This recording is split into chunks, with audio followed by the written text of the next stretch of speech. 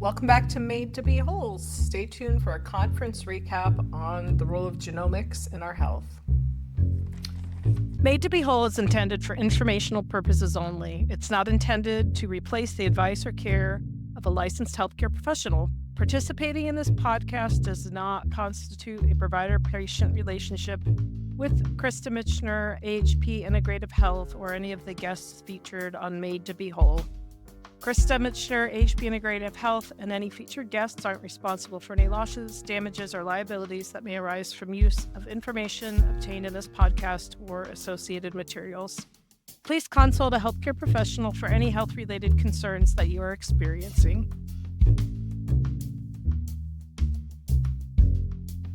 This is Krista. I recently returned from a conference on functional genomics sponsored by IntellxxDNA, the company that I rely on a lot for genomic testing. We've covered in other episodes, but I want to recap. So genetics are your actual genes. Your genetics cannot be altered, but genomics, particularly functional genomics, has to do with genetic expression. Sometimes you'll hear the phrase epigenetics. So our genes make us vulnerable to certain things, but the outcomes are not set in stone. And the whole aim of this field of genomics is to discern your body's vulnerabilities so that you can ideally prevent illness, but also have a roadmap for healing when things do go askew. One thing that became very, very clear to me at the conference and as I was reviewing recent reports, but also re-reviewing reports that I had, is that genomics are really very key for understanding why someone does not heal as expected from a complicated infection such as babesiosis, Bartonellosis, Lyme disease, any number of other things. And if you think about it, if you are at all familiar with these infections in particular, you can know 10 different people that have the exact same diagnoses. You could line them up next to each other, and there will be some overlap in their symptoms and the way it affects their life, but there's also quite a bit of individual variation. And what propels or perpetuates that is genomics. What are they vulnerable to? A few specific cases in my practice that I saw were as follows. So without giving any identifying information, there are some patients who have Bartonella and quite a few patients who have Bartonella who have very, very high levels of anxiety. It is just pervasive.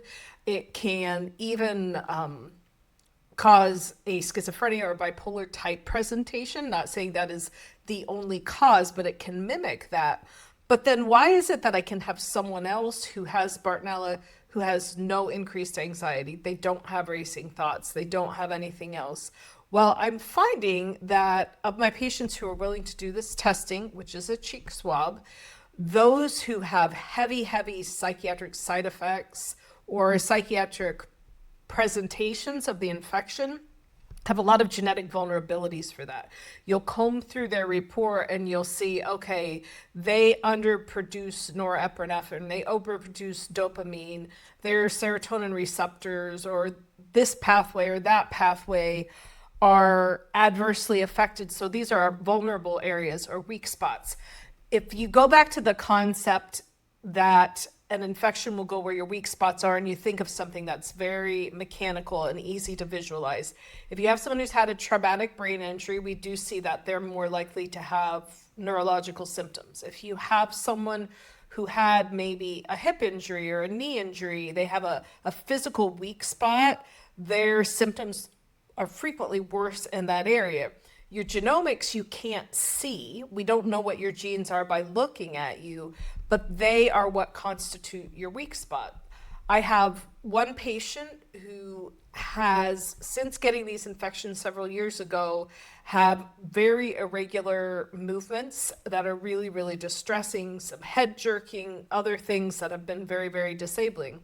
So, and this patient has had extensive treatment from other places, including IVs, with very little improvement. So we did this test, And I'm looking at the test through a different lens depending on why that person presents. If they're there for the prevention, then I'm looking, okay, what are they at risk for? Is this person have a lot of risk for clotting, strokes, heart disease, dementia? What can we do to make sure we don't get there? But if I have someone who's already suffering, I'm combing through that report looking for clues as to why they have the symptoms that they have. So for this particular individual, there were genes that made him very vulnerable to overproducing dopamine, having this overexpression of dopamine, and underproducing norepinephrine. Even though that was listed under the mental wellness portion of it, because that obviously can impact anxiety, we also know that high dopamine, low norepinephrine is the hallmark of Parkinson's disease and other movement disorders. So I was able to look and say, okay, for this individual, the infection started the fire. They were the instigating event. But because of his genes, this symptom has not resolved despite significant treatment efforts. So we can hone in on, okay, is there still evidence of active infection? We do the FISH testing that I love. What infections are or aren't present, but then what do we know about why this head movement and other erratic neurological symptoms are happening so we can fix it? Because if it were just a matter of treat the infection, what the infection started would go away, there wouldn't be all of these people walking around chronically ill. I've mentioned before my analogy of fire.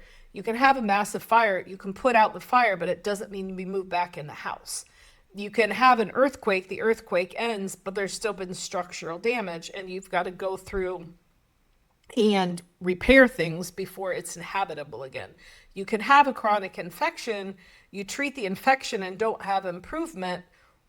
One of two things has happened, or possibly both of them. It is possible that the infection was inadequately treated, or you didn't treat the right thing for long enough, et cetera, et cetera. But it's also possible that the infection came and it did damage that needs repair, and your genomics can give you a roadmap for repair. Something really exciting IntellxX has done recently is starting, I think it's this week, in their medical overview, which is included in the Powerhouse and Executive Combination reports. We have a whole panel that looks at neurodegenerative disease and risk factors. So that's your Parkinson's, MS, ALS. That's really exciting to me. And for anyone who's had the test in the last 2 years that they still have samples for, that will automatically populate on your existing report. So we'll have access to that data. It's very true that I see a high percentage of people with neurodegenerative diseases like Parkinson's disease who are testing positive for these infections, but not everyone who gets these things gets Parkinson's or MS or ALS. What makes a person vulnerable? What can we do? First of all, ideally to prevent it. If you have risk factors, you want to know what they are. I heard someone say the other day, oh, I don't want to know, it's scary. Well, whether or not you know it, it's true. But if you know it, you can do something about it. And the beauty of IntellxX is that everything that's included in their report is linked to research. And they rate the strength of the evidence of it. And they also give us updates when they find new research. As a provider, then I have access to that. And that to me is what makes it superior over other genomic testing or genetic panels. I had someone bring to me results yesterday that someone else had done, and it wasn't very helpful. First of all, there was a page full of genes. That's nice. And there's this little summary that says, oh, you're not at higher risk for this. You might be at higher risk for this. But it doesn't tell us what to do about it. And it is very true that I could take those results and I could go plug them in and research them and figure out all the implications, but I don't have time for that. And I am not going to pretend that I have the entire genome memorized and have instant access in my brain to available research. But IntellxX has created some really, really beautiful tools that let me, as a provider, dig in and find really actionable things that I can do for my patients.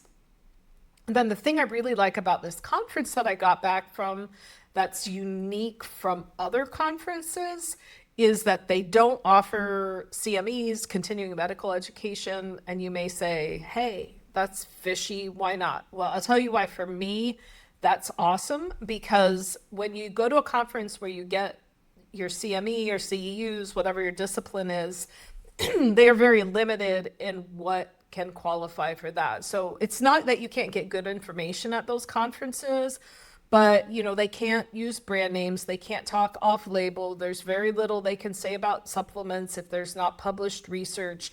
They're not really allowed, in my experience, to give information that is practical and immediately actionable for me trying to take care of my patients. So I feel like I go to a lot of conferences, I get some good general information, and then I really have to dig in and do my homework to figure out how this applies or how people are making this work in real life, versus the model of this conference is we want to help our providers be able to help their patients, and we want to be able to sit and talk about what works, what are we doing, what have we seen help, what doses have we seen help, what brands have we seen help. It's a big deal, the brand, not so much brand snob, but some brands have tighter quality control, they have published research about what they're doing, you know what you're getting. All of that matters quite a bit, and I love that I can go where there's a community of people who can just give me information that I can take home and take to my patients. So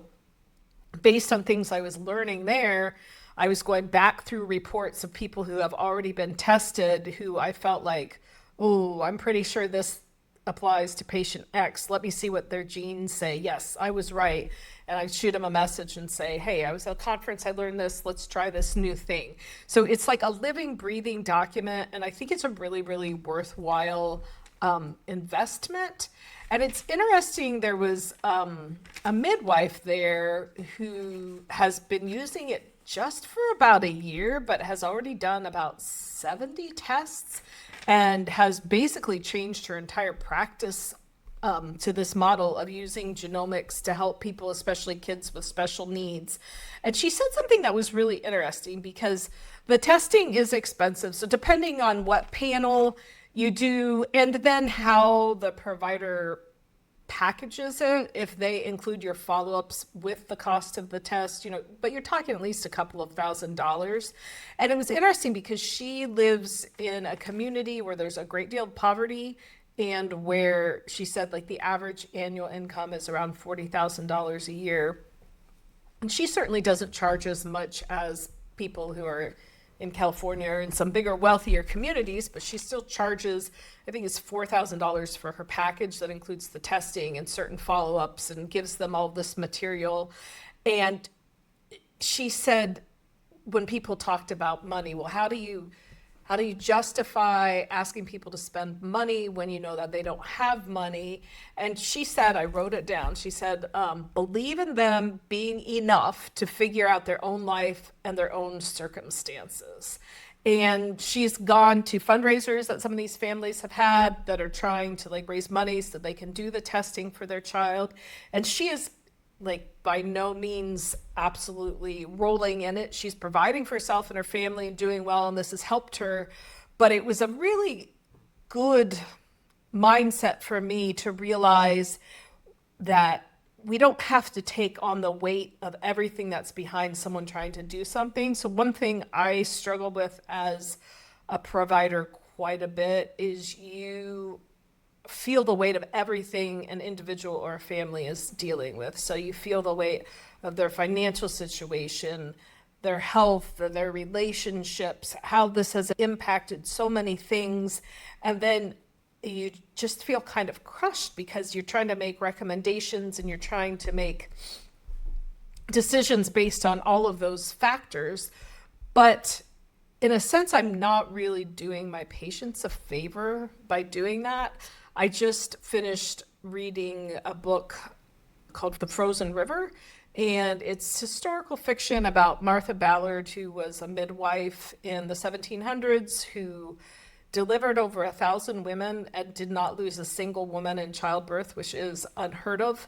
But there is a scene in the story where she's talking to this African-American woman healer who they call doctor. They don't really know what her station is, but I forget what it is Martha was taking on. But doctor told her, she said, your business is what happens during that appointment, during that time that you're with the patient.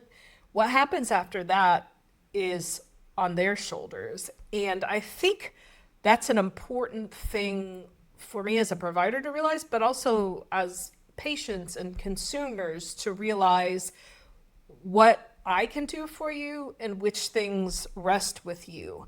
And it is absolutely true that not everyone can afford everything that's out there and that there is expense involved, but I am here to tell you that having endless financial resources does not guarantee you getting better. And having limited financial resources does not guarantee that you won't get better. So much of this is deciding how to use your resources, and that includes not just financial resources, but your time, your energy, your relationships, your intellect. Like, what is your mindset? Is it a mindset for healing? Are you willing to put in the work? Are you willing to be creative? Do you see yourself as a victim of your disease, or are you writing your own rescue? Are you figuring out what pieces of the puzzle you can put together and what you can't? There are some things that are beyond your control, but I can guarantee that everybody has something within their control that they can change. And really getting the genomic report, it's like getting your body's owner's manual. You know, when you get your car, you've got the owner's manual and you look, you say, oh, this went wrong with the steering. What does it say about my Honda Accord or my whatever I drive? Because we are so unique as individuals, it's really not enough just to go and say, well, what does the internet say about stomach pain or diarrhea, or even digging a little deeper than that. It's really, what do Krista's genes say about what's going on and what can we do about it? I've mentioned before, but it's helped me identify fantastically some of my family's own vulnerabilities and made a big difference. Bartonella drove a lot of my anxiety. Treating Bartonella made a tremendous difference in my baseline anxiety. But even once I was out of the throes of treatment, I was frustrated because you still wake up sometimes revved up and in that fight or flight. And yes, I do breathing and I do yoga and neurofeedback to help me quite a bit, but it was just still this overdrive. And it wasn't until I went back to my genomic report, I said, what does it say about me and my anxiety? And what can I do about it? And I'm going to do these things every single day. And I saw some immediate improvements, but then over time and the ensuing months, that baseline got lower and lower and lower to the point where I could say, I'm going through tremendously stressful things right now that make me sad, but I'm not an anxious wreck like I used to be just about waking up in the morning. So you've got the option, if you're going to do the test, of doing different components. There is a medical overview, which looks at, your stroke, risk factors, heart disease, that sort of thing. The brain optimization, which is more your dementia, cognition risk factors. You've got the mental wellness report, which looks at serotonin, dopamine, norepinephrine production, receptors. Enmeshed in multiple of those reports are things about your body's ability to absorb and use nutrients like B12, like your vitamin D receptors. Some people are more vulnerable to low magnesium or high copper or low copper, that sort of thing. They have combo reports where you can do a number of things. And something they have recently that I'm really excited about, and we're going to have Carol Bilch, who's one of the co-founders of IntellxxDNA, come on and talk to us more about it in a few episodes, is a women's health report. So the women's health report, I think, is absolutely fascinating. We're not talking women's health like menopause. Some of that was already enmeshed in the other reports where you're looking at estrogen receptors, that sort of thing. But they're looking at women's health as far as risks for infertility, miscarriage, failed IVF. There's some really, really fascinating data that has been able to help turn that around for people. There's some great stories and case studies that were presented at the conference of individuals who had had failure to conceive, multiple miscarriages, multiple failed IVF, situations, which is, of course, extremely expensive and extremely emotionally exhausting. By taking insights from their genomics, they were able to turn those things around. So again, if you're looking at cost-benefit ratio, you really, really, really are going to spend a lot less spending a couple thousand, whatever it is, for the test, plus the time you're going to spend with a provider helping you make adjustments versus the expense of one cycle of IVF. Plus, in addition to having the benefit of an increased fertility, all of those things that you learn and apply are going to help your health in general, because health isn't really about getting just specific outcomes that we're looking for. It's not just about not having migraines anymore, even though that's a really big deal if you have migraines, or being able to figure out root causes of infertility, but it's about pulling back even further. What are driving those things, and how can we create a more fertile ground for a healthier life?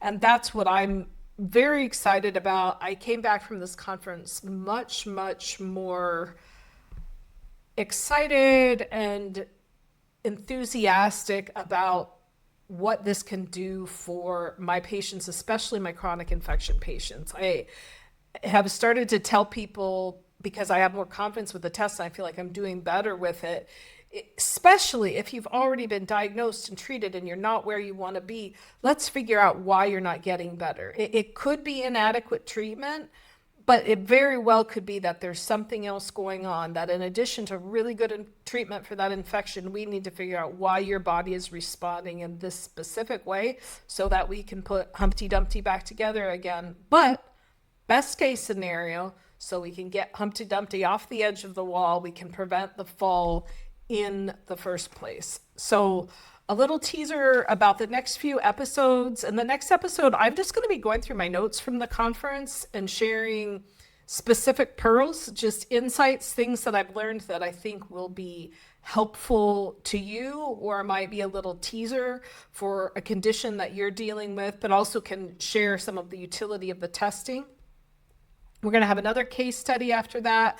And then I mentioned coming up this fall, we're going to be talking to Carol Bilch, one of the co-founders of Intellx, about the power that this testing can have for helping with women's health, but a lot of the fascinating backstory of how this company came to be and everything that they continue to invest in helping people get well and stay well. And that's another reason I stand by the test, because it doesn't just give me data, it helps present the data in a way that's digestible for my patients, but it helps present research in a way that's digestible for me and gives me a fast track to information that can help me figure out how to keep my patients well and get them well if they've gone too far the other way. So stay tuned. Next episode, we're going to go through some more details of the test, and I look forward to meeting you. Just so you know, our practice, currently there's a pause on accepting new patients for the treatment of vector-borne infections because we're really slammed. That will open up again at some point.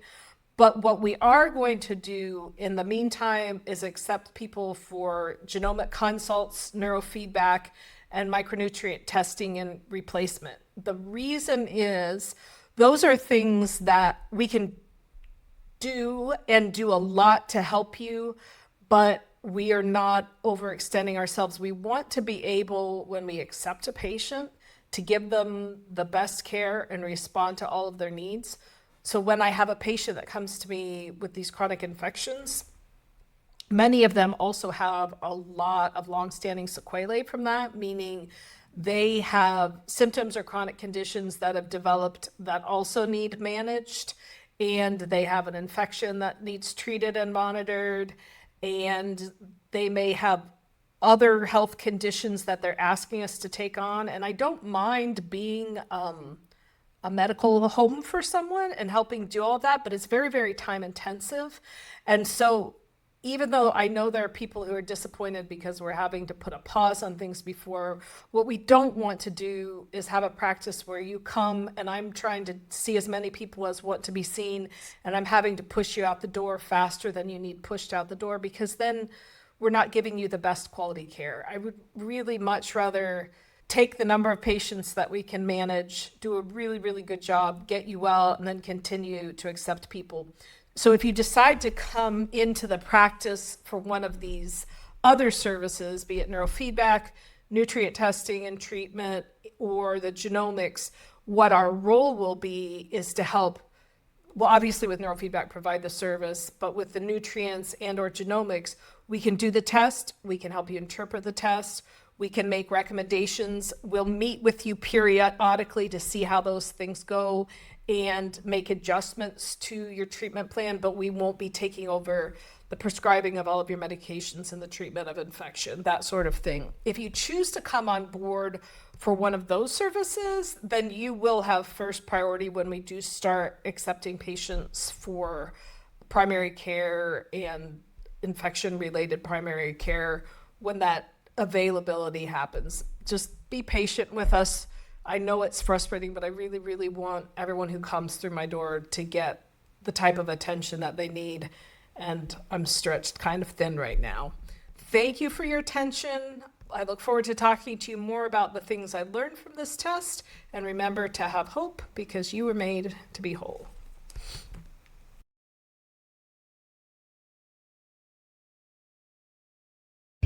Have a podcast question or suggestion? Text or call us on the podcast info line at 330-439-0686.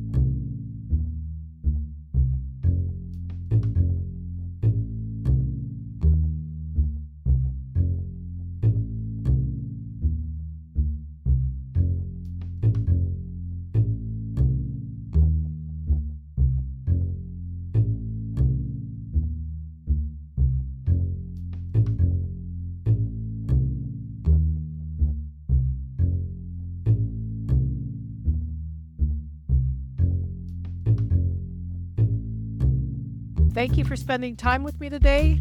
If you like what you hear, please subscribe to be notified when new episodes release. And remember, you were made to be whole.